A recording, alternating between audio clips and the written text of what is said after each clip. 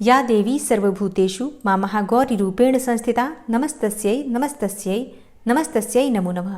ओम दुंग दुर्गाय नमः। 16 अप्रैल 2024 मंगलवार के दिन चैत्र मास की शुक्ल पक्ष की अष्टमी तिथि है, जिसे महाअष्टमी कहा जाता है। तो आप सभी को मेरी तरफ से महाअष्टमी की मंगल शुभकामनाएं। मां महागौरी की कृपा सदैव आप और आपके समस्त परिवार पर बनी रहे। नवरात्रि की अष्टमी तिथि पर मां महागौरी की पूजा की जाती है, जो कि मां दुर्गा का 8वां स्वरूप मानी जाती है।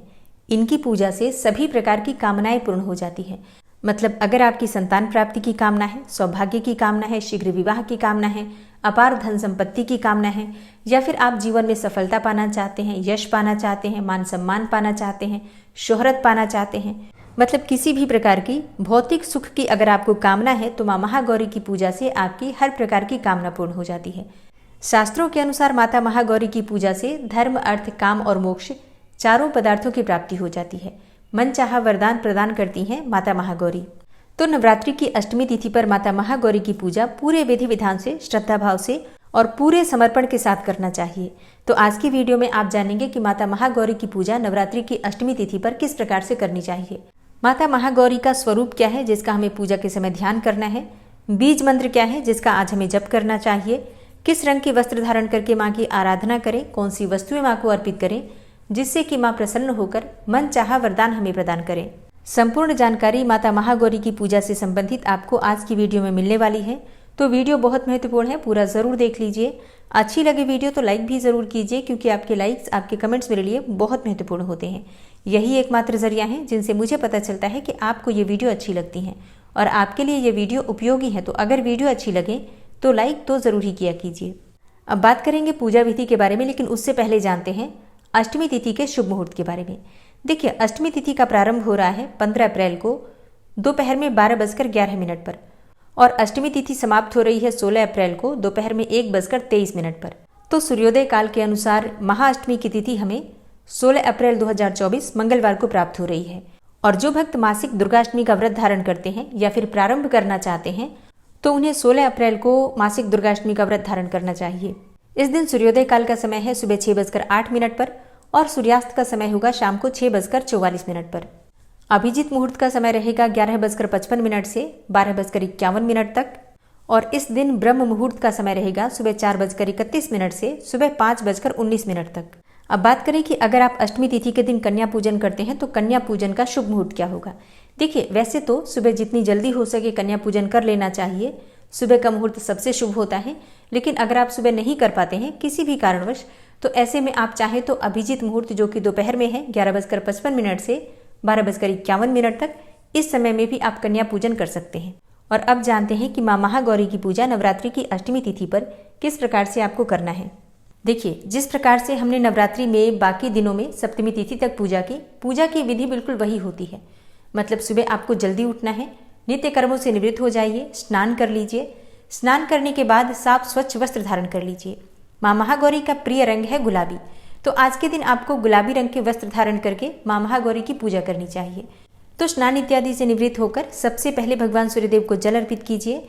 इसके बाद अपने घर के मंदिर में आ जाइए जहां पर आपने मां दुर्गा की चौकी स्थापित की है।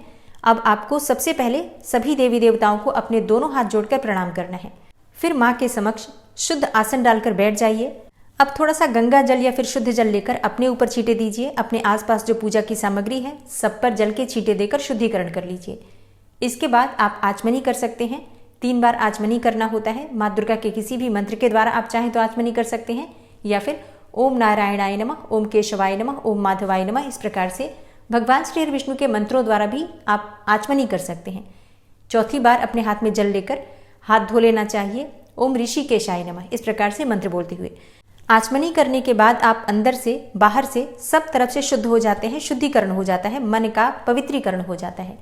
इसके बाद अपने आसन के पास थोड़ा सा जल डालकर और अपनी आंखों पर अपनी 2 उंगलियों से अपने मस्तक पर अपनी आंखों पर तिलक कीजिए। 2 बार जल उठाकर अपने मस्तक पर लगा लीजिए, नेत्रों पर लगा लीजिए। अब अपने सामने शुद्ध घी का एक दीपक प्रज्वलित कर लीजिए। अब आपकी पूजा प्रारंभ हो जाती है। जब तक आप पूजा कर रहे हैं तब तक आप अपने आसन पर से उठ नहीं सकते हैं। अब आप सबसे पहले गणपति का पूजन करेंगे, कलश देवता का पूजन कीजिए। फिर इसके बाद से जैसे आपने षोडश मातृका, नवग्रह मंडल या फिर ज्वारे बो रखे हैं या अखंड दीपक प्रज्वलित कर रखा है, सभी देवी देवता जो चौकी पर विराजित हैं उनकी विधि विधान से पंचोपचार विधि से धूप दीप अक्षत पुष्प इत्यादि अर्पित करके पूजा कर लीजिए। और हाँ, सबको भोग अवश्य अर्पित करना चाहिए। इसके बाद माँ दुर्गा की विशेष पूजा होगी माँ महागौरी स्वरूप में। तो अपने हाथ में अक्षत और पुष्प लेकर माँ का ध्यान कीजिए। सबसे पहले माँ का स्वरूप क्या है जिसका आपको ध्यान करना है? देखिए, माँ दुर्गा की 8वीं शक्ति मानी जाती है माँ महागौरी। और नवरात्रि के 8वें दिन जब हम इनकी पूजा करते हैं तो इनका जो स्वरूप हम ध्यान करते हैं वो पूर्ण रूप से गौर वर्ण का होता है, इसलिए ये महागौरी कहलाती हैं। इनकी गौरता की उपमा शंख, चंद्र और कुंद के फूल से की गई है और इनकी आयु 8 वर्ष की मानी गई है। इनके समस्त वस्त्र और आभूषण भी श्वेत हैं। वृषभ पर सवार माँ की 4 भुजाएं हैं, जिसमें ऊपर के दाहिने हाथ में अभय मुद्रा और नीचे वाले दाहिने हाथ में त्रिशूल है। ऊपर वाले बाएं हाथ में डमरू और नीचे बाएं हाथ में वर मुद्रा है और इनकी मुद्रा अत्यंत शांत है। धन धान्य और सुख समृद्धि की प्राप्ति के लिए माँ महागौरी की उपासना की जाती है। तो माँ महागौरी के इसी स्वरूप का आपको ध्यान करना है। माँ का ध्यान करते वक्त मंत्र कौन सा बोलना है? देखिए, माँ का ध्यान मंत्र है या देवी सर्वभूतेषु माँ गौरी रूपेण संस्थिता नमस्तस्यै नमस्तस्यै नमस्तस्यै नमो नमः। या दूसरा मंत्र आप बोल सकते हैं सर्वमंगल मांगल्ये शिवे सर्वार्थ साधिके शरण्ये त्र्यंबिके गौरी नारायणी नमोस्तुते। और माँ महागौरी का बीज मंत्र है श्रीम क्लीम ह्रीम वरदायै नमः। अगला मंत्र है ओम महागौर्यै नमः।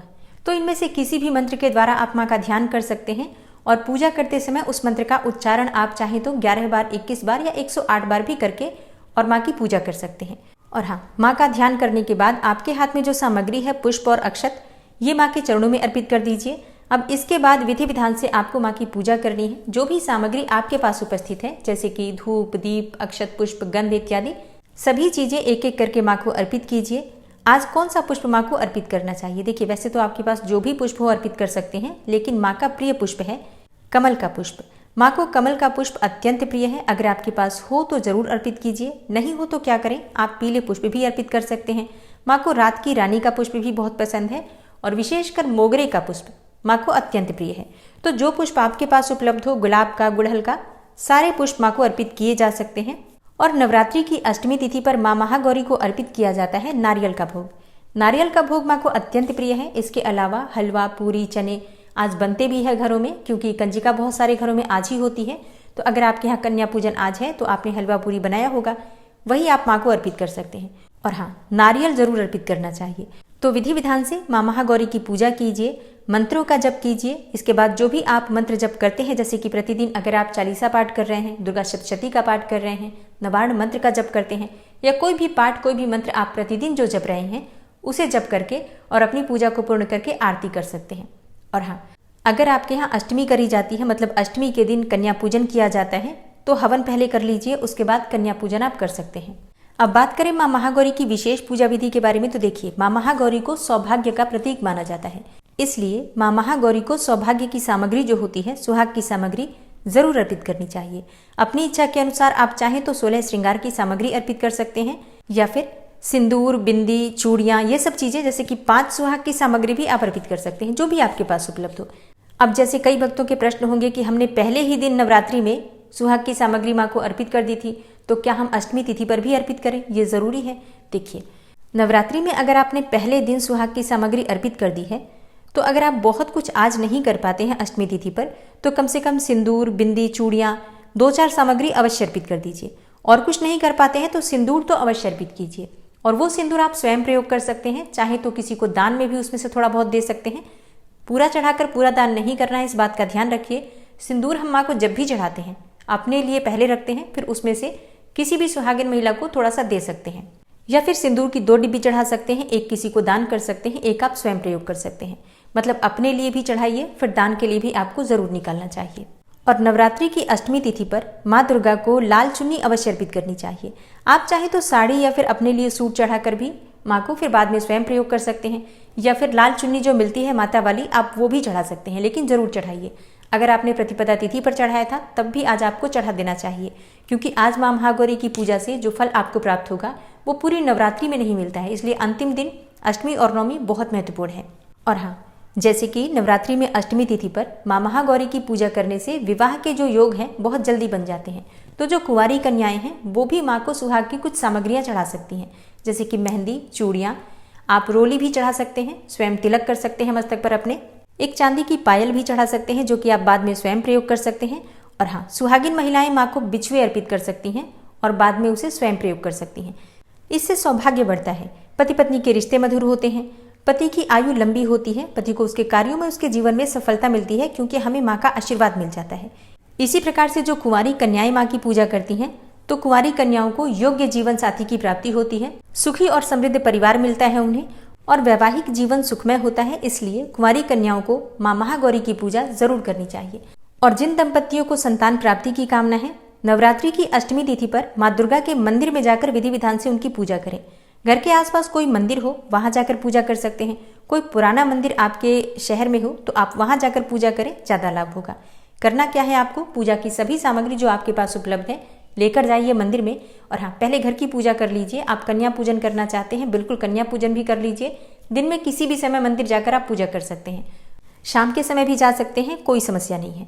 तो मंदिर जब आप जा रहे हैं तो पूजा की सभी सामग्री लेकर जाइए और एक नारियल लेकर जाइए। पूजा वाला नारियल जो कि हम मंदिर में पूजा में चढ़ाते हैं, वही नारियल हमें चाहिए। उस नारियल पर आपको स्वास्तिक बनाना है रोली से। फिर एक चुन्नी लपेट लीजिए और कुछ दिए लेकर जाइए अपने साथ। आप चाहें तो 9 दिए ले सकते हैं या फिर 1 दिया तो जरूर ले लीजिए। और मंदिर में जाकर दीपदान कीजिए, माँ की विधि विधान से पूजा कीजिए। भोग के लिए आप सामग्री लेकर जा सकते हैं, कोई भी सफ़ेद मिठाई लेकर जा सकते हैं, फल लेकर जा सकते हैं। मतलब जो भी माँ की पूजा में सामग्री चाहिए वो सब सामग्री आप लेकर जाएंगे। विधि विधान से माँ की पूजा करेंगे, दीपदान करेंगे और फिर आपको वो नारियल माँ के चरणों में अर्पित करना है और उनसे प्रार्थना करना है, हे माँ दुर्गा, मुझे उत्तम, योग्य और दीर्घायु संतान की प्राप्ति हो। इसी कामना से मैं आज आपकी पूजा कर रहा हूँ या कर रही हूँ। अच्छा, अगर आप संतान प्राप्ति के लिए पूजा कर रहे हैं तो प्रयास करना चाहिए कि पति पत्नी दोनों मिलकर पूजा करें।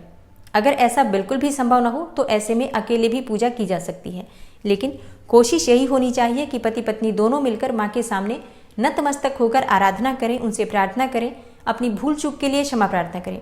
जाने अनजाने में पिछले जन्म के जो भी पाप कर्म हो जिसकी वजह से इस जन्म में आपको संतान प्राप्ति में तमाम बाधाएं आ रही हैं, उसके लिए माँ से क्षमा प्रार्थना कीजिए और उनसे प्रार्थना कीजिए कि आपकी सभी भूल को क्षमा करके आपको एक स्वस्थ और दीर्घायु संतान की प्राप्ति हो, उत्तम संतान की प्राप्ति हो।